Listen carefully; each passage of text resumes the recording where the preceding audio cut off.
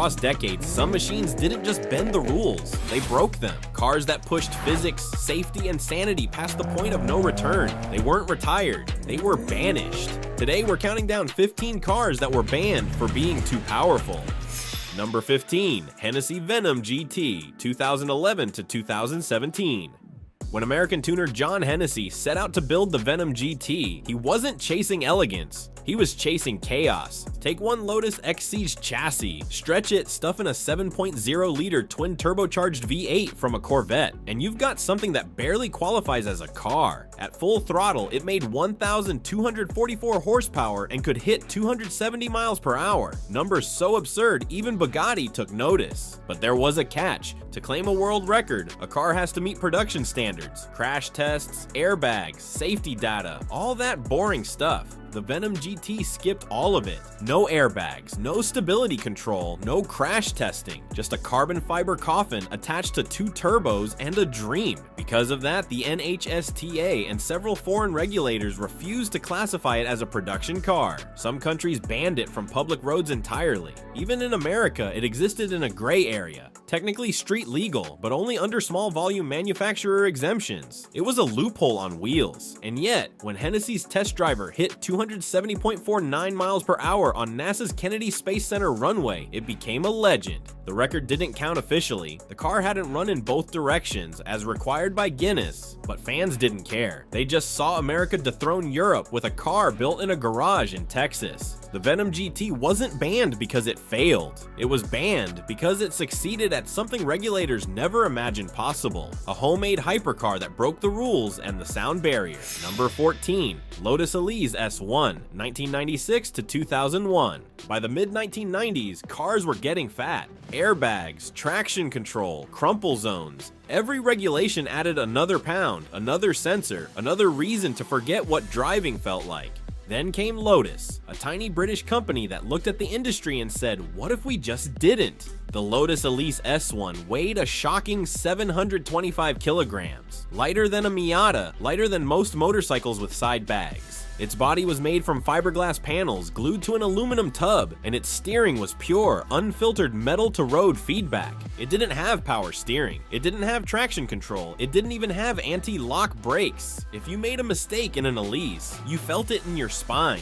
But that purity came at a cost. When Lotus tried to bring the car to America, US regulators laughed, or maybe cried. The Elise failed every single crash test. No airbags, no side protection, no mercy. According to federal safety standards, the Elise wasn't a car. It was a lawsuit waiting to happen. The government banned it, flat out. For years, American enthusiasts imported them through loopholes, driving them under the show and display exemption, which ironically meant you could show off how perfect it was, as long as you never actually drove it. Still, the Elise S1 became a cult icon, proof that simplicity could outperform technology.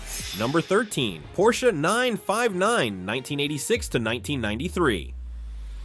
In the 1980s, Porsche wasn't just trying to build a fast car, they were trying to build the future. The result was the Porsche 959, a machine so advanced even the laws of the time couldn't keep up with it. It had sequential twin turbos, computer-controlled all-wheel drive, and adjustable suspension, decades before that kind of tech became normal. While other supercars of the era were basically pretty engines wrapped in fiberglass, the 959 was thinking. It could calculate power distribution, adjust ride height, and corner like it had a brain of its own. But there was a problem. The 959 was too smart for the system that was supposed to approve it. When Porsche tried to sell it in America, the car didn't meet the Environmental Protection Agency or Department of Transportation standards. Not because it was unsafe, but because no one knew how to test it. It was like trying to grade a calculus exam with a coloring book. So the US banned it. Owners who imported one risked seizure by customs, and several early cars were literally locked away in government storage. Even billionaires couldn't drive them, including one very frustrated Bill Gates. Gates and a handful of other collectors spent years lobbying for a new import law, and eventually the government caved. The show and display rule was created, allowing rare, historically significant cars to be imported and driven under strict mileage limits. And the first car legalized under that rule? The Porsche 959. Number 12, Shelby Cobra 427, 1965. Carroll Shelby wasn't an engineer, he was a mad scientist with a wrench. In 1965, he took a tiny British sports car, the AC Ace, and decided to shove a 7.0-liter Ford V8 into it. The result was the Shelby Cobra 427, a 500-horsepower missile that weighed less than some modern motorcycles. It was faster than almost anything on the planet, 0 to 60 in under 4 seconds, in an era when most cars were still trying to hit 100 miles per hour. But there was one major problem. The car couldn't handle its own power. Its chassis flexed, its tires disintegrated, and its brakes begged for mercy. Test drivers described it as trying to tame an explosion with a steering wheel. When road authorities tested it in the UK, they refused to issue standard approval. Insurance companies followed, calling it unsafe for public use. Even in America, early owners were warned to avoid full throttle in second gear, because it could spin the car like a coin. Shelby didn't care. He just smiled and said, "We're not building grocery getters." Number 11, BMW M8 prototype, 1990. In the early 1990s, BMW engineers secretly built a monster they weren't supposed to. The result was the BMW M8 prototype, a car so powerful that even BMW's board refused to acknowledge it existed. It was based on the 8 Series Grand Tourer, but under the hood sat a 6.0-liter V12 pushing more than 550 horsepower, paired with a manual gearbox and rear-wheel drive. In an era when the Ferrari Testarossa barely cracked 390 horsepower, this was unheard of. The problem wasn't performance, it was perception. BMW feared it would be too expensive, too dangerous, and too rebellious for the brand's image. It didn't fit their executive luxury identity. It was a race car dressed in a business suit, so they shut the project down before it reached production. For nearly 2 decades, BMW denied it ever existed. Only one prototype was ever built, hidden deep inside a company vault until the 2010s. Number 10, McLaren Speedtail, 2020. You'd think by 2020 the world would have figured out how to handle fast cars. Then McLaren built the Speedtail and proved that even the future can be illegal. This wasn't a supercar, it was a moving sculpture, 1,035 horsepower, a top speed of 250 miles per hour, and a body so aerodynamic it made the wind nervous. McLaren called it a Hyper GT, a spiritual successor to the legendary F1. It even copied the F1's center driving seat, in placing the driver in the middle like a fighter pilot. But that design choice alone made it impossible to pass US safety regulations. No side airbags, no standard mirrors, no compliance with crash test geometry. The government didn't care how futuristic it looked. Rules were rules, so the Speedtail was banned from American roads before it even arrived. Owners could import it only under the show and display exemption, meaning it could be admired, but barely driven. Imagine paying $2 million for a car that's allergic to traffic laws. Number 9, Dodge Challenger SRT Demon, 2018. Most muscle cars flirt with danger. The Dodge Challenger Demon straight up dated it. When Dodge announced it, they didn't just build a car, they issued a warning label. This was the first production car that could lift its front wheels off the ground. Straight from the factory, no mods, no tricks, just raw, unapologetic torque. Under the hood, a 6.2-liter supercharged Hemi V8 pumping out 840 horsepower on race fuel. That made it faster than million-dollar supercars. And somehow, still street legal, but not for long. The NHRA, the National Hot Rod Association, took one look at its quarter-mile time and banned it from competition. Why? Because it ran a 9.65-second quarter mile without a certified roll cage or parachute. In other words, it was too fast for the rulebook it was supposed to play by. That ban didn't slow Dodge down, it made them heroes. The Demon became a cultural icon overnight, sold out instantly, and terrified insurance companies everywhere. It blurred the line between muscle car and monster, turning every grocery store parking lot into a potential drag strip. Dodge even bragged about the ban, and they didn't market it as the fastest car in the world. They called it the first street legal car banned by the NHRA. And in the world of muscle cars, that's the kind of outlaw status money can't buy. Number 8. Ferrari F50 GT, 1996. When Ferrari builds a race car, it's usually to win. But in 1996, they built one that scared even them. The Ferrari F50 GT was supposed to dominate the FIA GT1 championship, a weapon born from the already insane F50 supercar. It ditched comfort, luxury, and even logic. The V12 was tuned past 750 horsepower, the body stripped to carbon and air, and its acceleration was so violent it made seasoned drivers dizzy. But before it could ever race, Ferrari took one look at the rising competition, the McLaren F1 GTR, Porsche 911 GT1, and quietly pulled the plug. They feared the F50 GT was too extreme to survive endurance racing. Even Ferrari's own engineers called it unmanageable. Only 3 cars were ever built. The rest were scrapped, sealed away like evidence of an experiment gone wrong. Ferrari didn't just ban it from the track, they banned themselves from finishing it.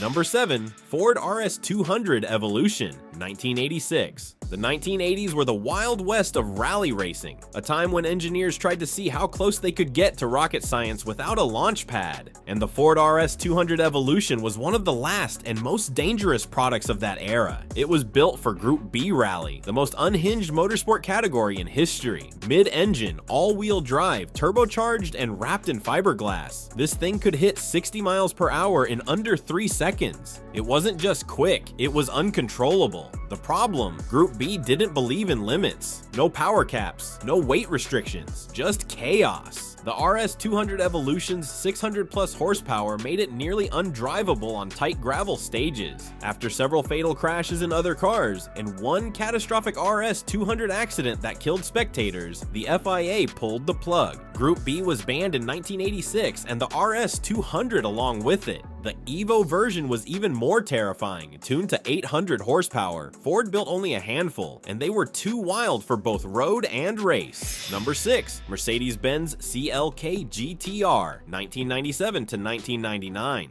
Some cars are built for the road. The Mercedes-Benz CLK GTR was built for revenge. In the late 1990s, Mercedes wanted to dominate endurance racing, so they created a weapon. The CLK GTR wasn't designed in a studio, it was assembled in a wind tunnel. Every inch of it screamed race car, from the gigantic rear wing to the mid-mounted 6.9-liter V12 that roared like a thunderstorm at 7,000 RPM. It was built for the FIA GT1 championship, but to qualify, Mercedes had to build a few road versions for homologation. So they did, but road car might be the biggest lie in automotive history. It had air conditioning, but that didn't make it civilized. It was deafening, stiff, and almost impossible to drive below 50 miles per hour. The clutch was so heavy, owners joked it doubled as leg day. When Mercedes tried to register it in several countries, local regulators laughed. It couldn't pass emissions tests, noise limits, or even basic safety inspections. In the US, it failed crash standards before the first test dummy even sat down. Governments banned it not because it was unsafe, but because it wasn't even pretending to be street legal. Only 25 road-going CLK GTRs were ever built, each costing millions. And yet, most of them spent their lives sitting in climate-controlled garages, barely touched. It wasn't a car for driving, it was a museum exhibit that came with a license plate. The CLK GTR was banned for one simple reason. It was a race car that refused to slow down long enough to follow the rules.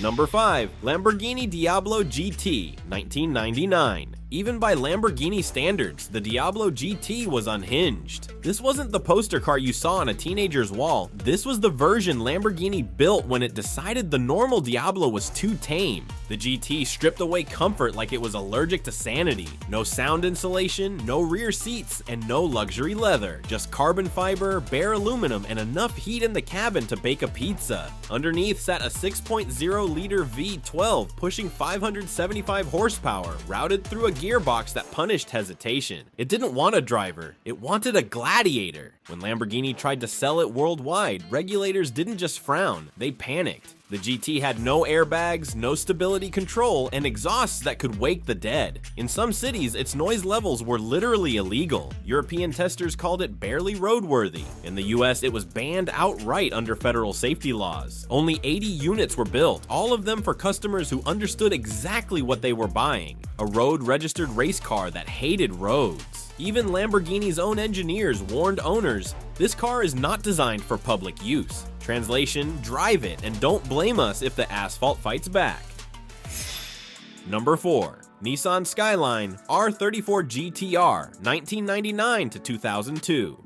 In Japan, it was a legend. In America, it was a myth wrapped in red tape. The Nissan Skyline R34 GTR wasn't banned because it was dangerous. It was banned because it scared the people writing the rules. When Nissan released the R34 in 1999, it was decades ahead of its time. Its RB26 inline-6 engine and a Tessa ETS all-wheel drive system made it as sophisticated as a computer on wheels. With active torque distribution, it could read road conditions and predict traction before you even felt it. It was like the car knew the future, and that was the problem. The US Department of Transportation refused to certify it, not because it failed crash tests, but because it had never been tested at all, and Nissan had no interest in spending millions to meet American regulations. Importing one meant you risk your dream car being seized and crushed by customs, and many were, but of course, that only made it more desirable. Thanks to movies like The Fast and the Furious and the underground tuning scene, the banned R34 became a symbol of forbidden speed. People smuggled them through loopholes, disguising them as older models, or storing them in private collections until they turned 25 years old, the magic number when import bans finally expire. When the first R34s finally became legal in the US, fans didn't just celebrate, they wept. It wasn't just a car anymore. It was proof that legends can outlast laws. Number 3. Bugatti Veyron Supersport 2010. When Bugatti set out to build the Veyron Supersport, they didn't just want speed, they wanted immortality. The goal was simple: create a production car so fast that it could never be dethroned. And for a brief, shining moment, they succeeded. In 2010, the Veyron Supersport shattered records, hitting a mind-bending 267.8 miles per hour, faster than a jet at takeoff. It became the fastest production car in the world, earning Bugatti the crown. But then it all came crashing down, not on the track, but in the rulebook. See, the record required that every production car sold be identical to the one that set the speed. But Bugatti quietly removed the speed limiter from their test car, a small detail that technically made it not street legal. When word got out, Guinness World Records stripped Bugatti of its title. The fastest car in the world was suddenly too fast to qualify as one. The irony was almost poetic. Bugatti had spent millions perfecting the art of speed, and then got punished for achieving it. It's like being disqualified from a marathon because you ran too well. Eventually, Guinness reinstated the record after reviewing the evidence, but the damage was done. The legend of the banned Bugatti was born. A car so fast it broke not only barriers, but bureaucracy. The Veyron Supersport wasn't banned from roads, it was banned from records. Proof that sometimes even perfection needs a speed limit. Number 2, Koenigsegg Jesko 2021 to present. Every so often, a car comes along that doesn't just challenge physics, it bullies it. The Koenigsegg Jesko is that car. Born in Sweden, engineered like a spacecraft, and designed for one purpose: to destroy everything else with 4 wheels. Its heart is a 5.0-liter twin turbocharged V8, capable of producing 1,600 horsepower on E85 fuel. That's more power than 2 Bugattis, yet the Jesko weighs less than a family SUV. It uses a 9-speed multi-clutch transmission so fast it can change gears in the blink of an eye, literally just 20 milliseconds. The result? Theoretical speeds beyond 330 miles per hour. But here's the catch: there's nowhere on earth to legally drive it. Most countries don't even have speedometers that go that high, let alone roads built for it. Insurance companies refuse to cover it. Even Koenigsegg admits that the Jesko's full potential is impossible to test safely outside of controlled conditions. In some countries, it can't even be registered. Regulators look at its power figures and simply say no, because at a certain point the numbers stop sounding like car specs and start sounding like weapons testing. Number 1. TVR Cerbera Speed 12, 1998. Most supercars flirt with danger. The TVR Cerbera Speed 12 married it and then realized it couldn't survive the honeymoon.